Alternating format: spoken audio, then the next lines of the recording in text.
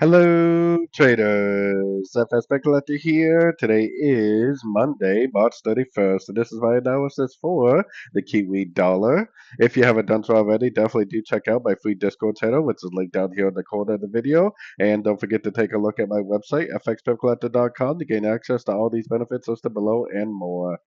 So the Kiwi dollar is pushing down really strong. US dollar index is pushing up. Because of the dollar index and other correlated pairs, I think this is likely a 1-2. I think we're actually in a wave 3, and eventually it's going to make a wave 3, a wave 4, and a wave 5.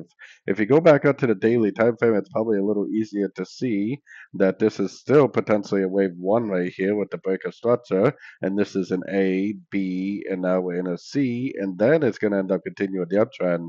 So I think it is going to break out of this base channel, and once it does, I'll probably just delete it. It's not really going to be helpful anymore.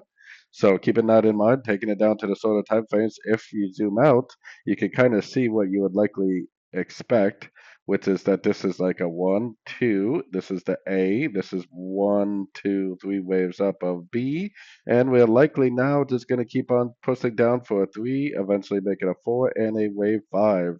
There's a lot of big news this week, so I would definitely expect to see a lot of volatility on the dollar pairs. I think this is an ABC of 2, but it could end up being an ABC of B. Doesn't matter to me because the trading strategy is exactly the same whether it's a wave B or whether it's a wave 2. So anyways, don't forget to join my free Discord channel, and as always, thank you for watching and happy trading.